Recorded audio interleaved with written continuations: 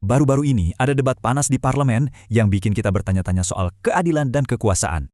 Nah, ini pemicunya. Yuk kita lihat gimana konfrontasi ini bisa terjadi cuma gara-gara satu tuntutan jaksa. Jadi, semua ini berawal dari tuntutan hukuman mati buat Fandi, seorang anak buah kapal biasa. Tuntutan seberat ini jelas bikin parlemen bertanya, gimana sih sebenarnya prosedur internal di kejaksaan? Ternyata prosesnya itu bertingkat. Harus lewat JPU, Kajari, Kajati, sampai akhirnya disetujui Jampidum.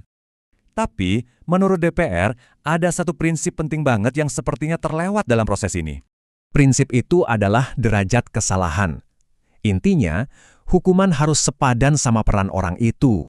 Coba dibandingkan, peran bandar besar sebagai otak kejahatan kan beda jauh sama ABK biasa. Ketidakseimbangan kayak gini nih yang bikin publik mikir, hukum kita kok tajamnya cuma ke bawah. Makanya parlemen langsung kasih teguran keras. Mereka mengingatkan jaksa soal tugas pengawasan mereka. Ya, tugas DPR itu memang mengawasi. Ini mandat konstitusi loh buat mencegah penyalahgunaan kekuasaan. Dan mereka bilang wewenang ini bukan main-main karena mereka adalah perwakilan langsung dari rakyat. Masalahnya, ini bukan soal satu kasus saja, ini soal ancaman serius terhadap kepercayaan publik. Kenapa?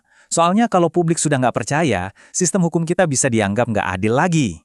Makanya, kasus ini jadi semacam pengingat penting buat para penegak hukum kita semua. Jadi, pertanyaannya sekarang buat kita renungkan, apa hukum dan keadilan itu bisa selalu sejalan?